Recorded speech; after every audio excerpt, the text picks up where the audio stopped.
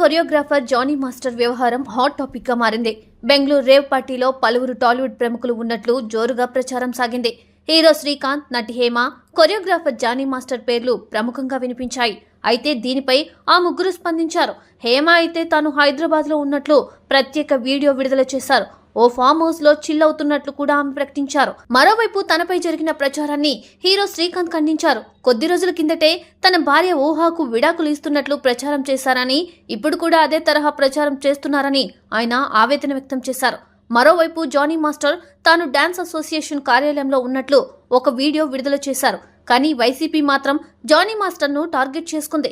ఆయన్ను బెంగళూరు పోలీసులు అదుపులోకి తీసుకున్నట్లు ఓ ఫోటో జత చేస్తూ సోషల్ మీడియాలో పోస్ట్ చేసింది. మరోవైపు జనసేన అధినేత పవన్ కళ్యాణ్ కు ఆలింగనం చేసుకున్నట్లు మరో ఫోటోను పోస్ట్ చేసింది. వీరి అసలు భాగోతం ఇది అంటూ పోస్ట్ చేసింది. ప్రస్తుతం ఈ పోస్ట్ ట్రోల్ అవుతుంది. దీనిపై రకరకాల చర్చ నడుస్తోంది. జానీ మాస్టర్ పవన్ కళ్యాణ్ కు వీరాభిమాని. చాలా సంవత్సరాలుగా పవన్ కు మద్దతు తెలుపుతూ వచ్చారు. ఎన్నికలకు ముందు జనసేనలో చేరారు. ఎన్నికల్లో స్టార్ క్యాంపైనర్ జాబితాలో జానీ మాస్టర్ కు చోటు దక్కింది. పవన్ కు మద్దతుగా పిఠాపురంలో ప్రచారం కూడా చేశారు. వైసీపీతో పాటు జగన్ పై అనుచిత వ్యాఖ్యలు చేసిన సందర్భాలు కూడా ఉన్నాయి. దీంతో జానీ మాస్టర్ వైసీపీకి టార్గెట్ అయ్యారు. 2 రోజుల కిందట బెంగళూరులో రేవ్ పార్టీ జరిగింది. అక్కడ పోలీసులు దాడులు చేయడంతో టాలీవుడ్ ప్రముఖులు ఉన్నట్లు తేలింది.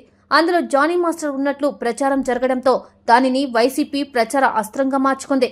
ఒకవైపు తాను లేనట్టు జానీ మాస్టర్ చెబుతున్నారు. కానీ వైసీపీ సోషల్ మీడియా మాత్రం ఆయన్ను అదుపులోకి తీసుకున్నట్టు ఒక ఫోటో జత చేసింది. దీంతో ఇందులో నిజాలు ఏంటో తెలియాల్సి ఉంది. కానీ జనసేన అధినేత పవన్ తో ఉన్న ఫోటోలు జత చేసి ప్రచారం చేయడంపై జన సైనికులు మండిపడుతున్నారు.